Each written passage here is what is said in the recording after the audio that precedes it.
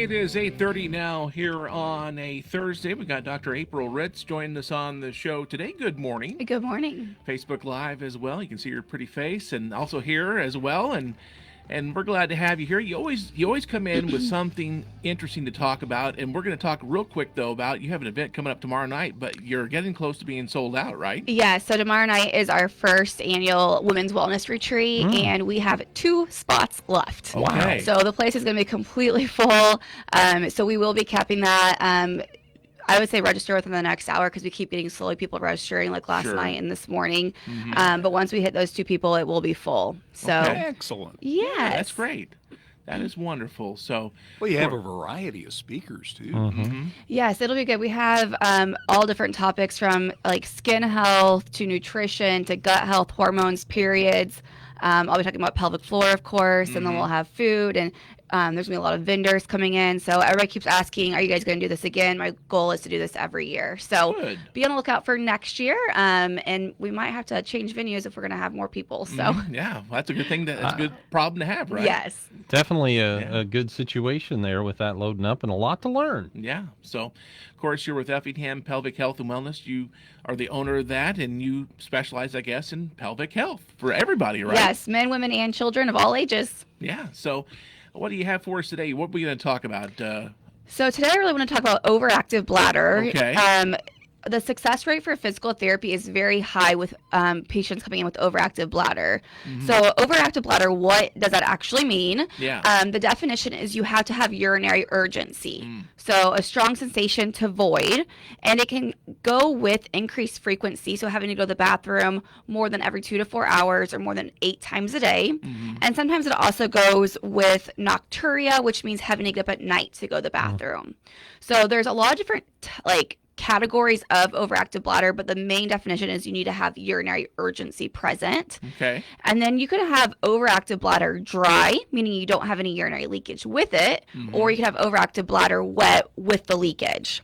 Okay. So the success rate doing pelvic floor physical therapy for overactive bladder is 85 to 90% based off all studies. Okay. Well, what about that extra 15%? Sure. Like Yeah. if they're coming in our clinic, we want everybody to get better. So we actually did additional training with an instructor from Australia, and she is top notch, knows her stuff, and her presentation was really to help us with that last 15%, the last complex 15% that's not responding to the typical treatments. Okay. So when people come into our clinic with overactive bladder, we are very specific now, and we give them this bladder diary. Okay. So we make them fill it out for 3 days, and it is very detailed from they circle the time they go to bed, what time they wake up, what they're drinking all day long in ounces, whether it's plain water, because we've talked about before, irritants such as coffee and tea, those will sometimes cause an increased urgency. And then they're also measuring their urine output for us for 3 days. Okay. So I brought in a little cup. We give this to our patients. They go home and they have to measure in cc's for us what their output is. And the most important part is that when they are going to the bathroom, they're also documenting their urge sensation with it. So did they go to the bathroom just in case? They're leaving the house, they went just in case, which, we're not a fan of that. Or was it strong urgency? They could hold it less than 5 minutes. Could they hold it an hour? And then there's normal volumes. So there's been a lot of research done that says based on your urge here, your volume of your urine output should be this much. And we put it kind of to a graph and we see how they're doing. And it tells us what some of the underlying causes of their urgency or overactive bladder could be. So we're not chasing a million different things because urgency could be due to drinking too much fluid at once. Sure. It could be due to what you're drinking. It could be from constipation. It could be from fibroids. There's so many different causes of overactive bladder, and our goal is to get to the underlying root cause so we're not chasing a million different directions. Sure. And you need to know what, I guess, medications they're taking. If they're taking a diuretic, that would affect it as well, Exactly. right? If you have diabetes, that can cause increased frequency because we're having to get that sugar out and void more often. So so many different You need causes. a lot of different things. You need a lot of different information to help to treat it, I guess. Yes. Yeah. And I'm sure you probably hear the simple thing, isn't this just part of getting older for me? Isn't this just part of the case? And what's your response to that? I always say it may be common, but it's not normal. So the Yeah. same thing with Uh-huh. like our postpartum moms. Well, I do leak a little bit when I sneeze or cough or jump on the trampoline, and I'm like, that's not normal. And as you get older, you shouldn't have to be running to the bathroom or being worried that when you stand up, a strong urge hits you. Sure. Some other people we see with overactive bladder, it's more of their brain has like the reflex arc in their brain has reconfigured. So the nerves, as soon as they pull into their driveway or put their key into the door, it hits them.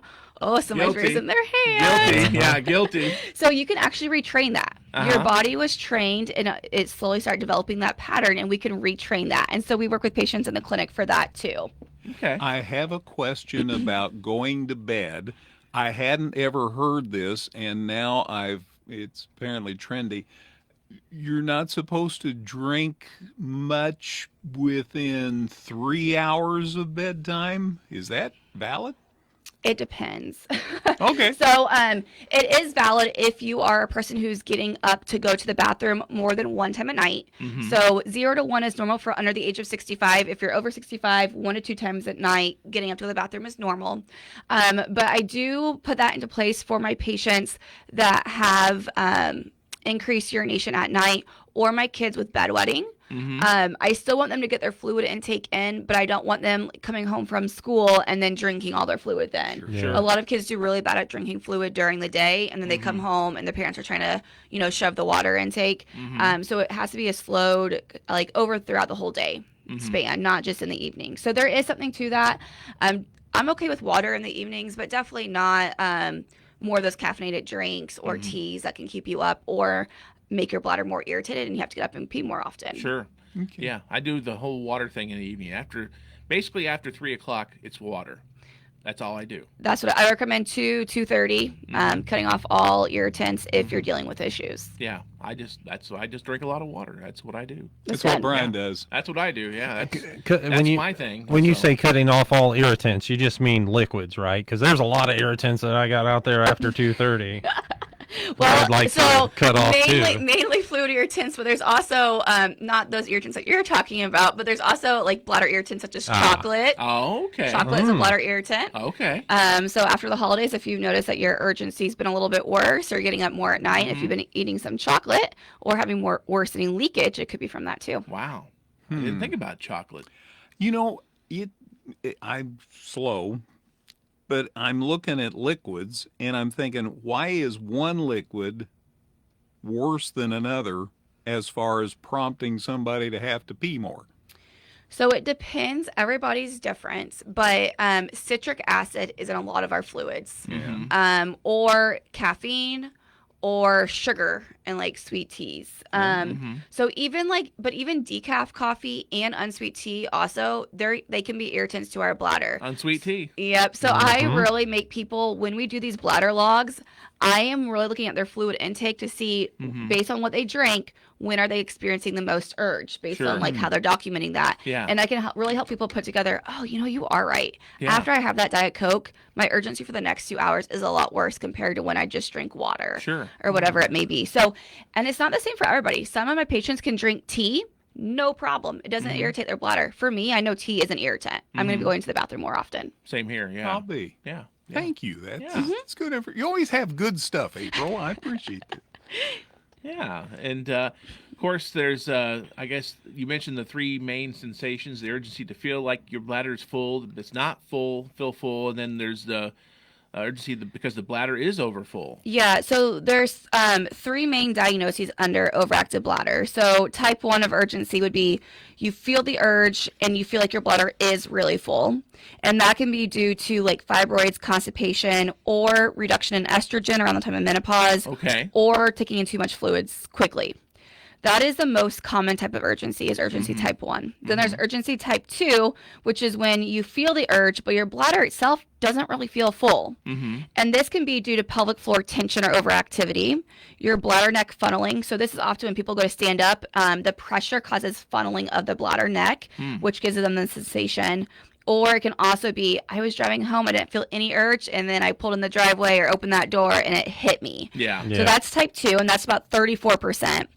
And then the last 1% is urgency because the bladder is actually over full. So this can be patients or teachers or nurses who are holding their bladder all day and going 6 to 8 hours without going to the bathroom. Wow. Not good. We need to stop that. Yeah. Wow. That's amazing. I mean, I couldn't Yeah. imagine doing something like that. So, but now let's talk about frequency a little bit.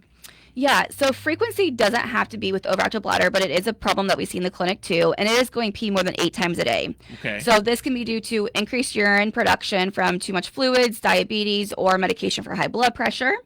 It could be due to our bladder is actually not fully emptying when we go to the bathroom, which could be due to prolapse, constipation as well, opioids, and then also there's like neuro issues or birth trauma. It could be due to the bladder not able to actually stretch like it should. So it can only get to like about 200 milliliters. And this is typically from like radiation or scarring from endometriosis, things like that. If that is the issue, that's beyond the scope of us. We cannot help a patient's bladder stretch more. Sure. So we refer them on. And then sometimes too, just patients are going just in case all the time because they're fearful they're going to leak. So they just get in this habit of going pee every 30 minutes to an hour, which we have seen in the clinic. So that, I mean, all of those can be helped except for the inability of the bladder to stretch, which we'd refer out. Okay, very good. Yeah. And of course, there may be some medications out there, but they're not a good thing, really, huh? Yeah, so I really say bladder medications, if we can stay away from them. We know oxybutynin, if you are on that medication, which is for overactive bladder, if you are on that for more than 3 months, it increases your risk of dementia by 60%. Wow. And that medication has been prescribed to children, has been prescribed to adults without them knowing and not making an informed consent. Like, hey, this significantly increases your risk of dementia. So there are some bladder medications, like if you're going on a quick trip, like Vesicare, that we would recommend. It starts working within 48 hours. Take the medication so you can enjoy your trip, but then let's come back and work and get to the root cause and not stay on medications long term for these issues because they all have side effects. Sure. Another thing that I wanted to share is if you go to your urologist or doctor for overactive bladder, sometimes what they'll do is they'll put a little needle inside of a nerve in your ankle. It sounds weird, like why ankle bladder? The tibial nerve impacts our bladder function. Wow. And there is actually, we have patients come in the clinic, they buy a device on their own that is $40, and they can use this device at home, and it is just as effective, if not more effective, than going into the office and paying a good amount of money to have a needle put into your ankle. Whereas I get this to patients to do at home, they do it weekly for 12 weeks for 30 minutes, and it significantly helps reduce the urgency as well. So that's something we train patients on in the clinic that's going to significantly save them money. Wow. How about that? Yeah, that's amazing. So, well, lots of good information on that. That's for sure. And Yeah. something I didn't even think about really. So, and we've already mentioned the women's wellness retreat for tomorrow night, but you have other things going on as well, don't you? Yes, we have all of our classes scheduled up until next February. So you can, you can find those on our Facebook page. But coming up later this month at the library on Tuesday, November 25th, Carrie Apke and I are going to be doing a free Pilates and pelvic floor class. Okay. It is at 5:30 p.m. that night, and you just need to contact the library to register for that. And it's open to all levels of exercise from beginner to advanced. And then we have our next perimenopause to menopause class coming up on Thursday, December 4th at our clinic, Effingham Pelvic Health. That is $25, and you can go on to our Facebook page or just call or text our office to register for that. Okay, very good. Now, if people want to get in touch with you, how's the best way? Best way is to call us. Our number is 217-705-5077. If you are a texter, feel free to text that number too. Search us on Facebook, Instagram, and we are also on YouTube. All right, very good. Well, thanks for coming in, Dr. April. You always have a lot of good information for us. Thank you, guys. Absolutely. Dr. April Ritz, we appreciate her being our guest this